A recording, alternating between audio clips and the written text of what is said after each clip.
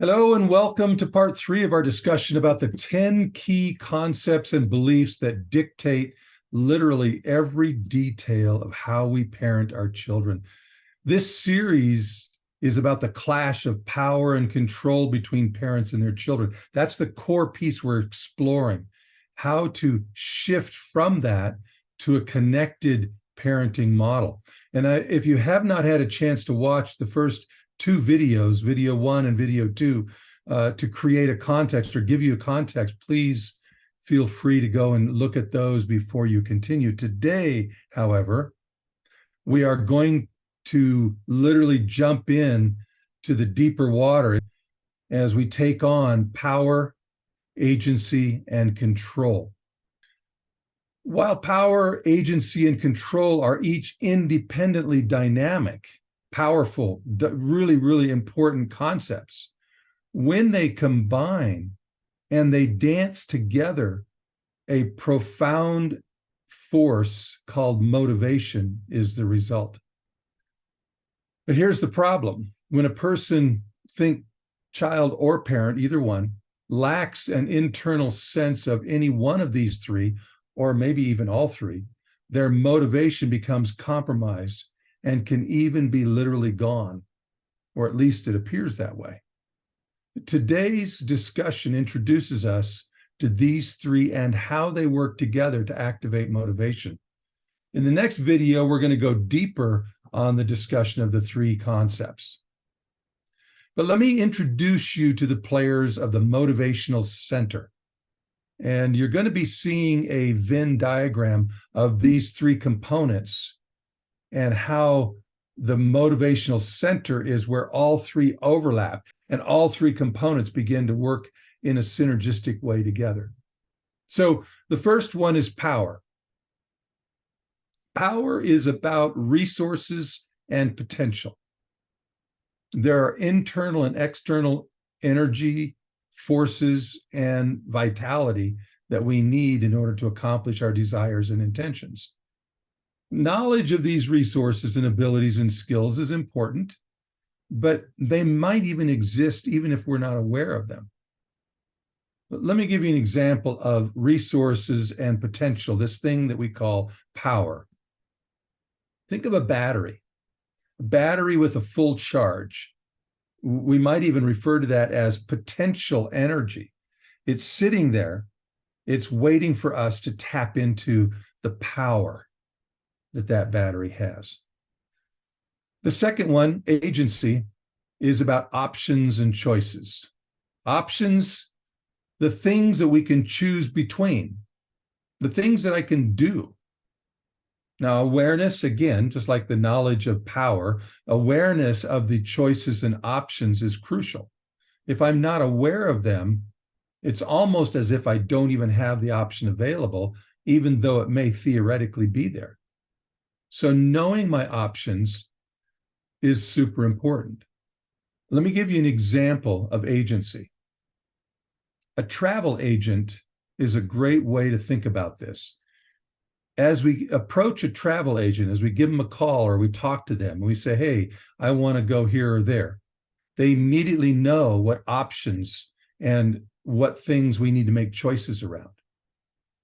And so when we talk about agency, we're talking about really the options and choices and the awareness of them. And finally, the third big component, control. Control is about action. It's about the process.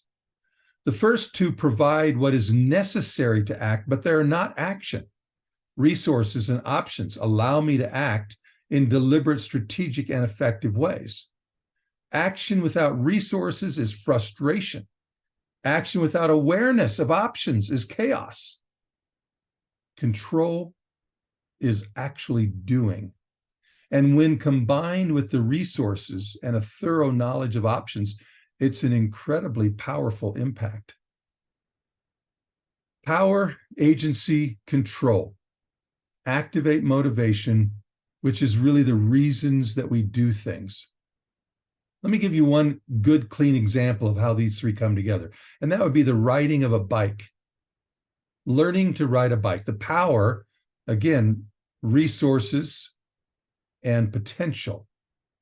So you have things like energy, balance, someone to help me learn, and of course, a bicycle. These are all resources, and they represent the potential.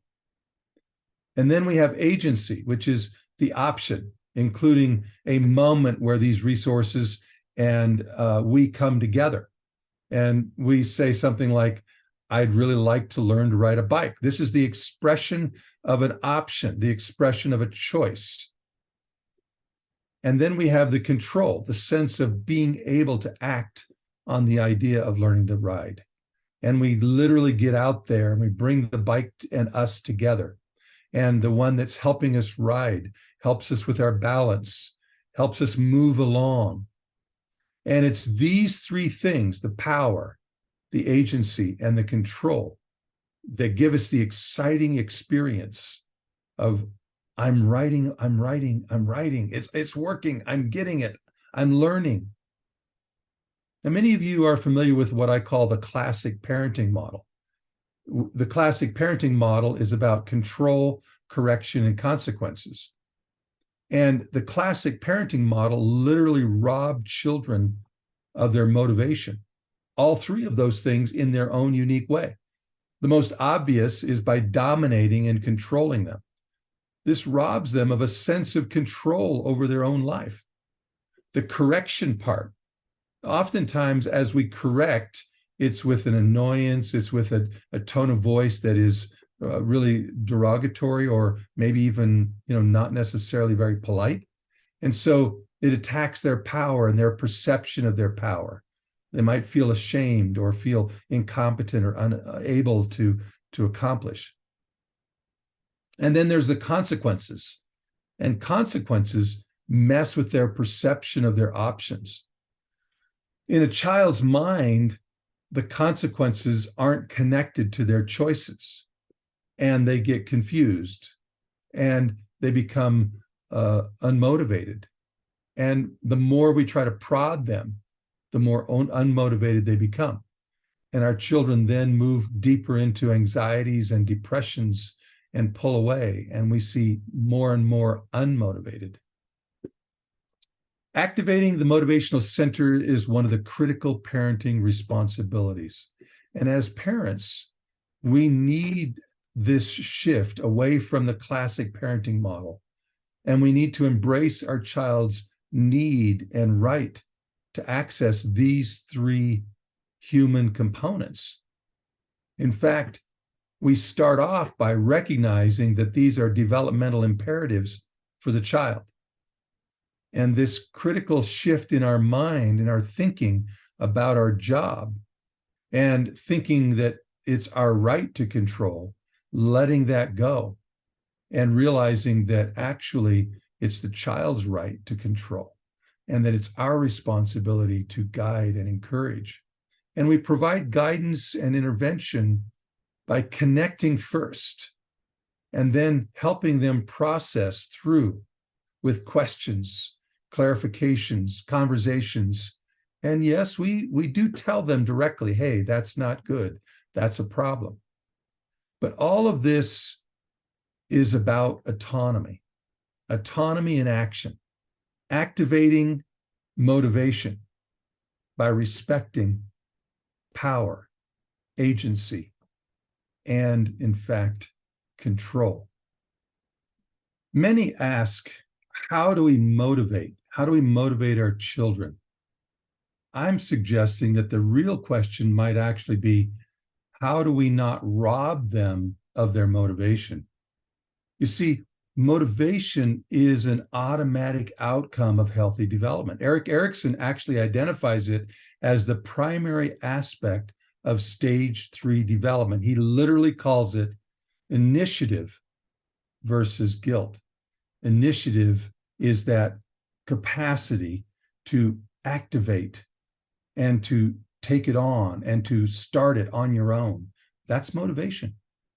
So this gets us started at looking at this idea of power, agency, and control, and the motivational center.